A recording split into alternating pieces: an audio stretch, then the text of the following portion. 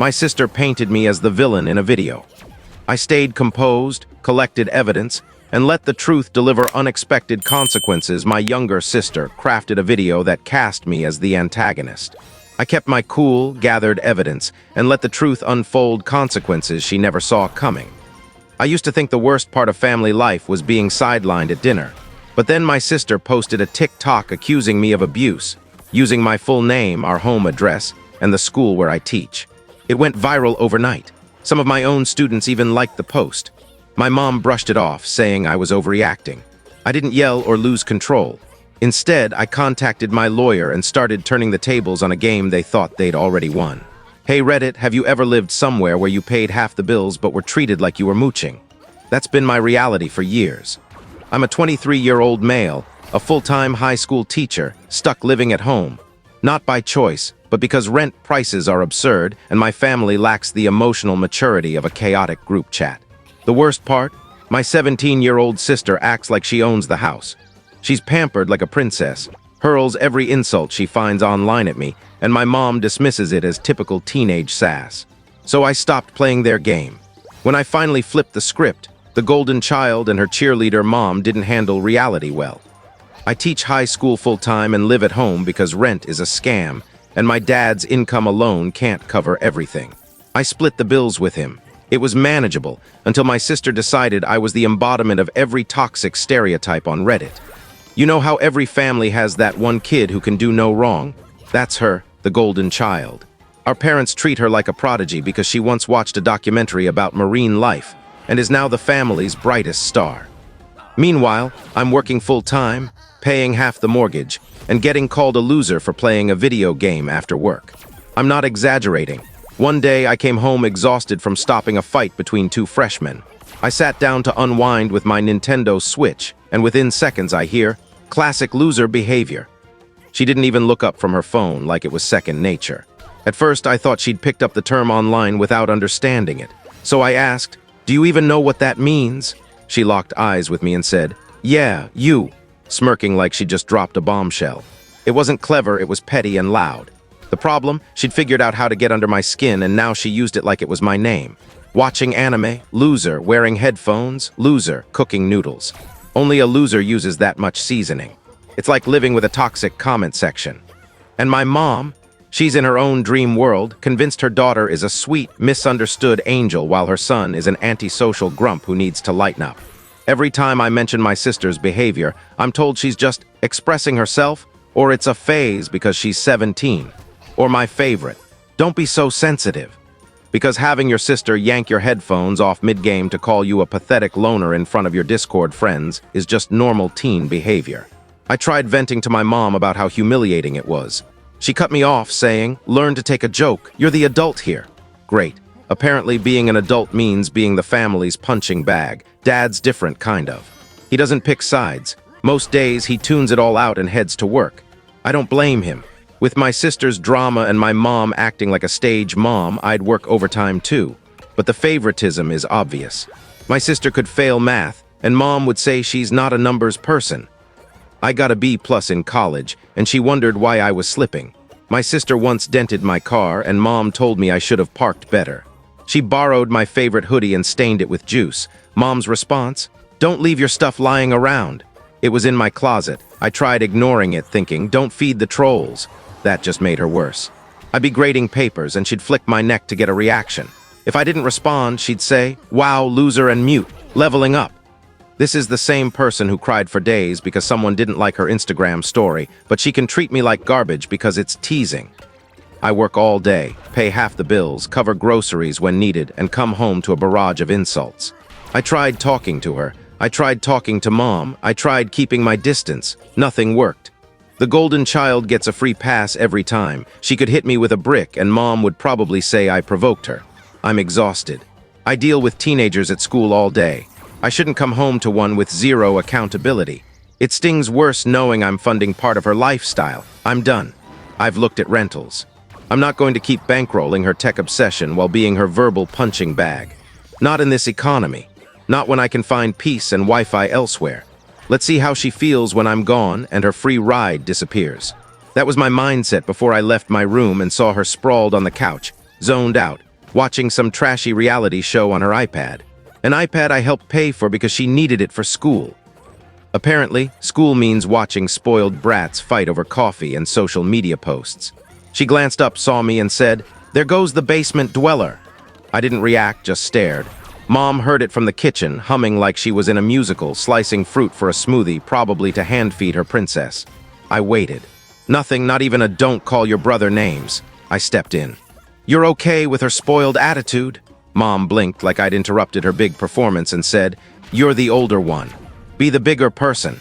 Right, because being an adult means letting your sister turn your life into her personal insult generator. So I laid it out. I told them both if this continued, I was leaving. I'm not a backup parent, an ATM, or an emotional sponge just because Mom won't address her daughter's behavior. I expected her to panic or pretend to care. Instead, she tilted her head like I was ungrateful and said, "So you're abandoning your family?" Abandon. I pay half the bills. She hasn't contributed since cable was cheap. My sister smirked like she was watching a villain's backstory unfold. She grabbed her phone, typed something, and giggled. I bet I was the toxic brother in her private Instagram story. She thinks she's famous with her 150 followers, strutting around in mismatched socks and lip gloss like she's headed to a premiere, not the pantry for snacks. Later that night, I caught her in the dining room filming a POV, "My loser brother is mad again" video. She was fake crying to sad piano music. I walked in and she yelped, dropped her phone, and screamed, "You ruined my content." Sorry for existing in the house I helped pay for, kid. Mom rushed in like someone was hurt, saw me standing there, and went into defense mode.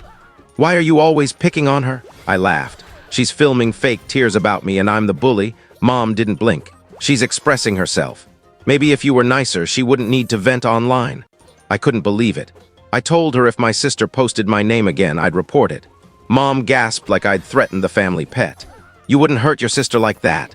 She's been verbally attacking me for weeks and I'm the threat. Our house isn't big. A standard 3-bedroom, 2-bath suburban home. You hear everything. When she blasts TikTok videos mocking niche hobbies, I hear every word. She once taped a note to my door that said, "Loser's lair, enter at your own risk." I removed it. The next day, 3 more appeared. I told Dad when he got home. He sighed, rubbed his temples, and said, "Try not to take it personally, she's just a kid." No, kids scribble on walls or skip homework. She's running a full-on harassment campaign. I told him I'm not just a grumpy brother upset about name-calling. I'm an adult working full-time, contributing to the house, and being disrespected in my own space, in front of friends and online. He nodded silent like he knew I was right but wasn't ready to admit it. Mom, meanwhile, was in denial. She sat me down like she was imparting wisdom and said, "You need to understand her. Her generation is different. She's sensitive, creative, emotionally intelligent." Emotionally intelligent.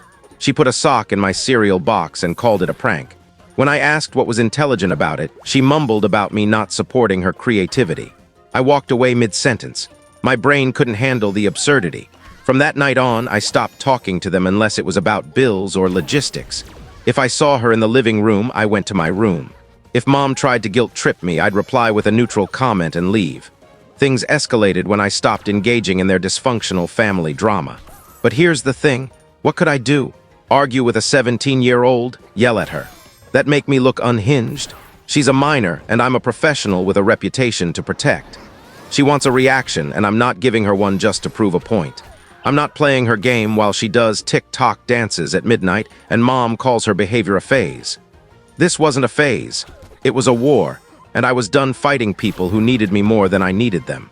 The next morning, I got up early, made coffee, and browsed rental listings. I saved 3, nothing fancy, just quiet and far enough away that I wouldn't hear "loser" every time I breathed. Dad walked in, looking worn out. I didn't waste time. "I'm moving out," I said. "Not bluffing, just giving you a heads up." He didn't argue or say, "She's just a kid." He sat down, nodded, and said, "I get it." I told him I wasn't leaving for drama. I was leaving because coming home felt like stepping into a boxing ring with a Wi-Fi password. He looked at his coffee, then at me. "You've been paying for her stuff, haven't you?" "Yeah," I said. "Her laptop, switch, phone, upgrade, desk, everything." He stayed quiet, but you could feel the shift. He stood, walked to her room, and didn't knock. He opened the door and said, "Get up." She was half asleep, sitting up like a startled animal when she saw him with a cardboard box. "What are you doing?" she asked. He didn't answer. He unplugged her desktop, bundled the cables, and put it in the box. Calm, efficient, no yelling. "Dad, that's mine." "No," he said. "Your brother paid for it." I heard her throw a slipper at the wall. He took the switch, laptop, and keyboard next. When she tried to grab one, he held her hand and said, "You want these? Buy them yourself." Mom ran in like it was an emergency. "What's going on? You're taking her stuff," my sister screamed, clutching a stuffed animal like it was her last possession. "No," Dad said. "I'm taking his stuff." Mom blocked him like a linebacker. "She needs it for school." "She needs a reality check," he replied. "He's moving out. I'm not letting her enjoy the benefits while treating him like trash." Mom shouted, "She's a child, Ethan. You're hurting her mental health." He didn't flinch. "She's 17, not 5. She knows better." My sister was on the floor, wailing like it was torture. Bold for someone who still gets her laundry folded for her. Dad handed me the box without a word. The room went silent except for her sobbing. I didn't gloat or rub it in. That'd make me like her. Mom followed me into the hall, furious. "You think this solves anything?" "No," I said. "But I'm done funding someone who insults me daily," she scoffed. "You're so dramatic. She's a kid. You're acting like the victim." I smiled. "Newsflash, I am." I took the box to my room, locked the door, and set it by my closet. 10 minutes later, I heard my sister slam her door, then something hit the wall, probably her pillow, her latest statement. That night, I ate takeout in my room, not wanting to share a table. While watching YouTube, I heard footsteps, then a thud at my door. I opened it to find a pair of rolled-up socks on the floor. No note, just a passive-aggressive delivery. I stepped over them and closed the door. Before bed, I blocked her on every app. If she wanted to be toxic, she could do it without my audience. Dad knocked once. "I meant what I said. Let me know if you find a place. I'll cover the first 2 months." I said he didn't have to, but he insisted. I should have stopped this sooner. He was right. The next morning, I moved half my stuff to a friend's place across town, planning to move in fully the next week. I told him it was temporary until I got my own place. When I went back for more clothes, Mom barely looked at me, just kept peeling vegetables. My sister was out of sight, but I heard muffled crying through the wall. For once, I didn't feel guilty. They weren't crying because they missed me. They were crying because they'd lost their human ATM. 2 days later, things unraveled at home. My sister lost access to her Spotify and freaked out like someone had cut her oxygen.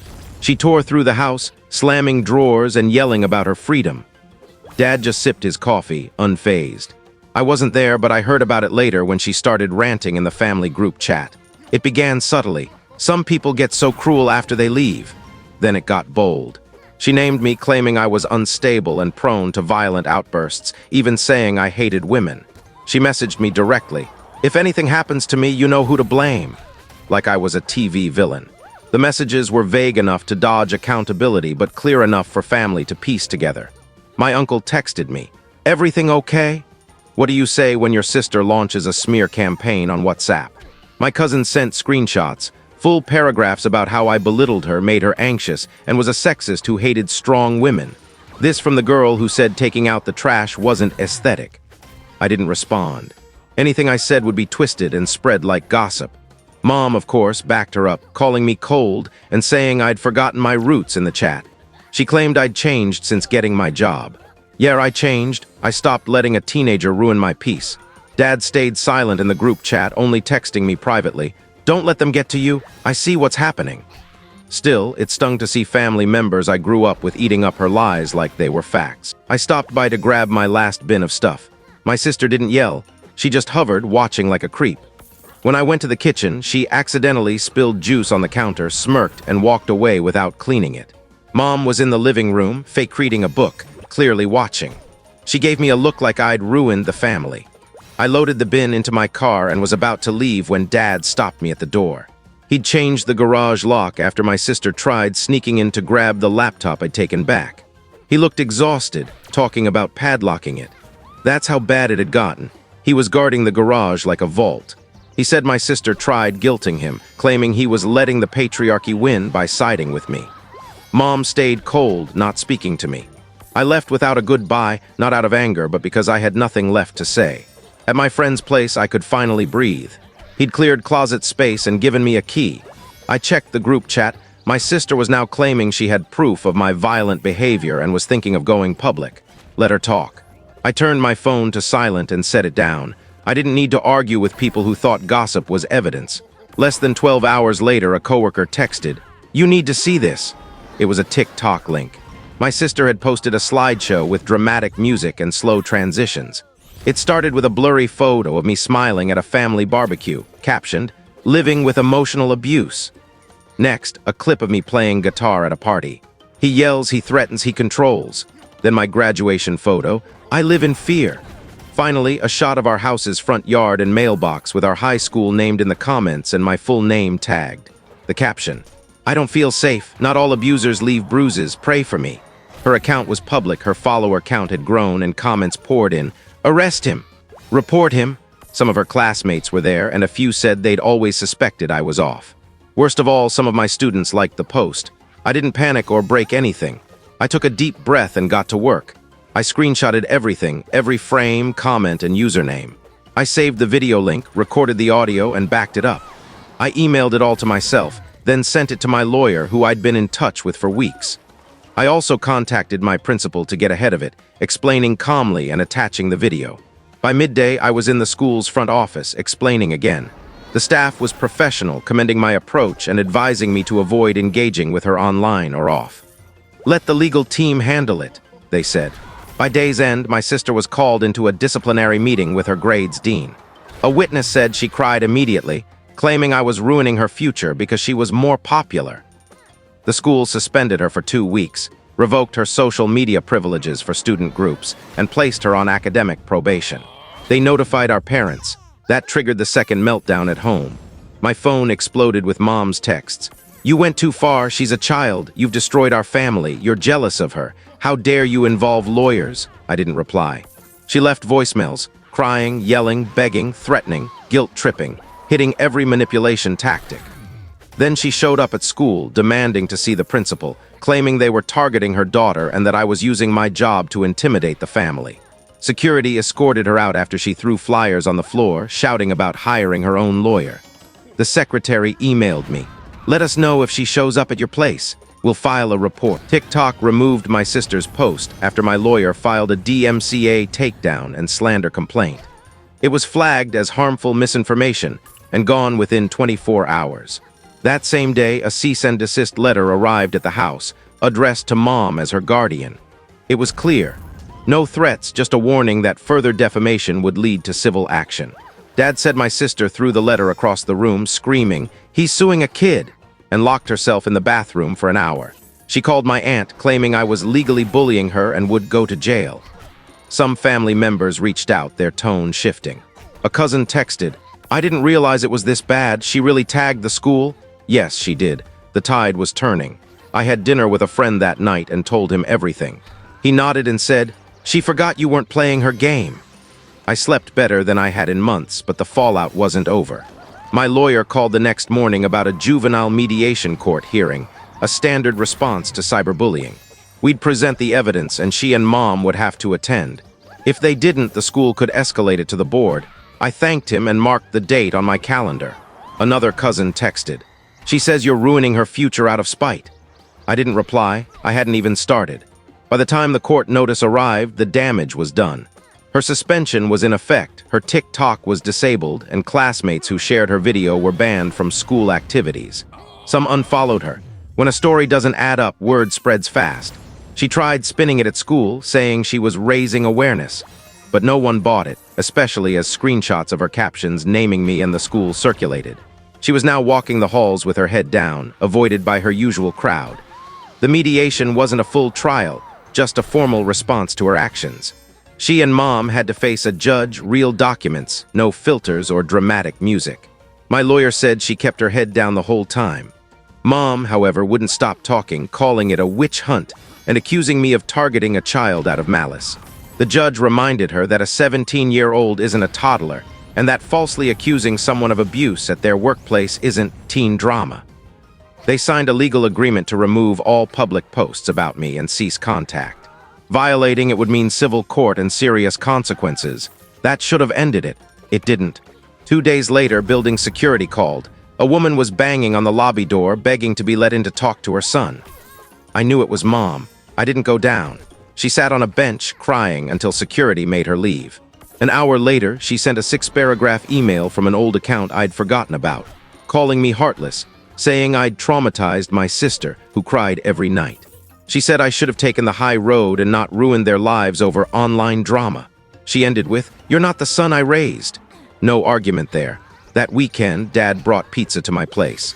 He looked younger, like a weight had lifted. He said the house was tense, not peaceful, everyone pretending things were fine. Then I got a letter in my mailbox, no name, just a wrinkled notebook page in my sister's handwriting. She begged me not to press charges, not out of remorse, but because things are bad enough. No apology, just another guilt trip. I folded it and put it in a drawer. I wasn't planning to sue for money. This was about setting boundaries, not revenge. A few nights later, Dad warned me they were coming to my place again. Mom insisted, despite him telling her not to. I told security to let them in. I saw them through the peephole, sitting on the hallway floor, Mom with a cheap food container, my sister slumped over, silent. I opened the door, expressionless, and walked back inside. They followed cautiously, like they weren't sure they were allowed. I sat at the kitchen table, waiting to hear what they had to say. Thank you for watching my story. If you enjoyed it, please subscribe and press the bell icon. Stay tuned for more real-life stories, get more experiences.